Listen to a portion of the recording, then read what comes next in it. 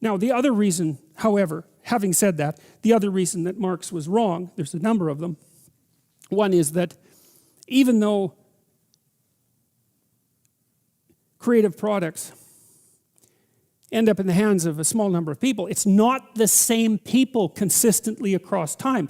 It's the same proportion of people. And that's not the same thing. You know, like, imagine that there's water going down a drain, and you say, well, look at the spiral. It's permanent. You think, well, the spiral's permanent, but the water molecules aren't. They're moving through it.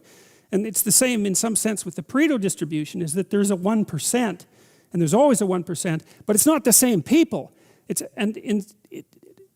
The stability of it differs from culture to culture, but there's a lot of movement in the upper 1%, a tremendous amount of movement. And one of the reasons for that movement is that things get large, and then they get too large, and then they collapse.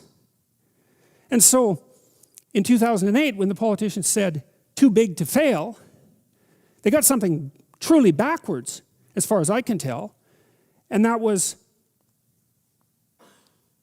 it was a reverse, the statement was reversed. It should have been so big it had to fail.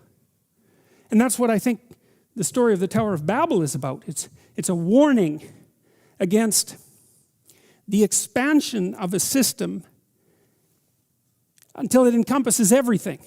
It's a warning against totalitarian presumption. So what happens, for example, when people set out to build the Tower of Babel is they want to build a structure that reaches to heaven.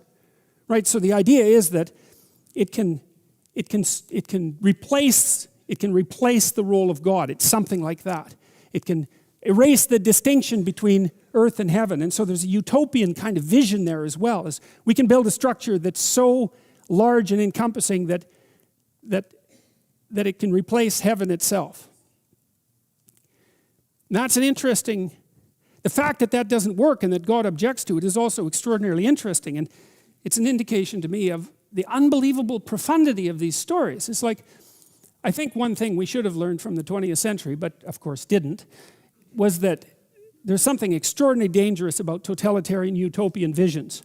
That's something Dostoevsky wrote about, by the way, in his great book, Notes from Underground, because Dostoevsky had figured out by the early 1900s that there was something very, very pathological about a utopian vision of perfection, that it was profoundly anti-human.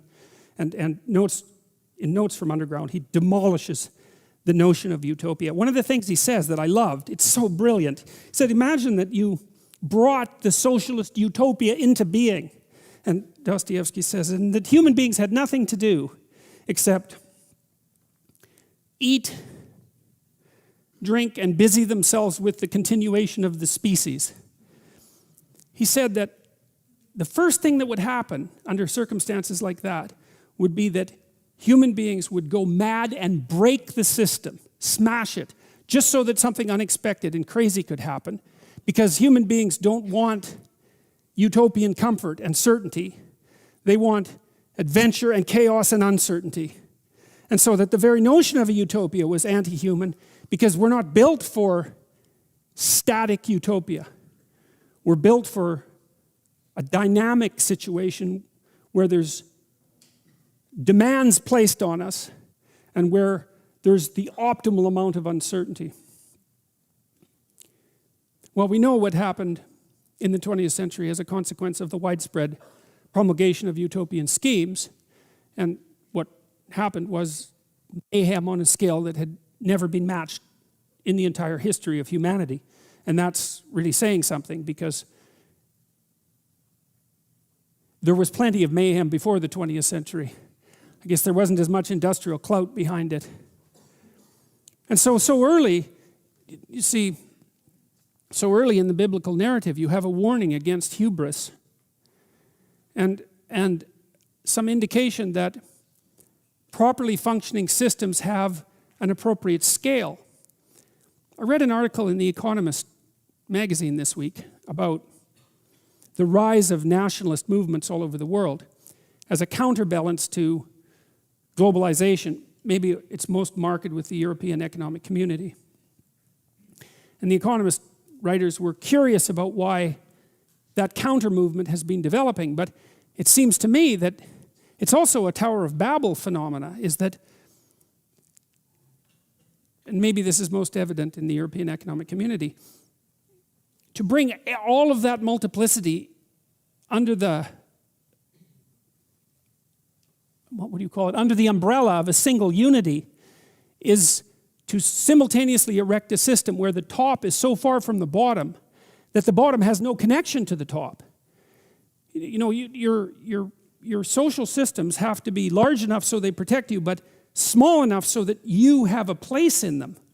And it seems to me perhaps that's what's happened in places like the EEC, is that the distance between the typical citizen and the bureaucracy that runs the entire structure has got so great that it's an element of destabilization in and of itself. And so people revert back to, say, nationalistic identities because it's something that they can relate to.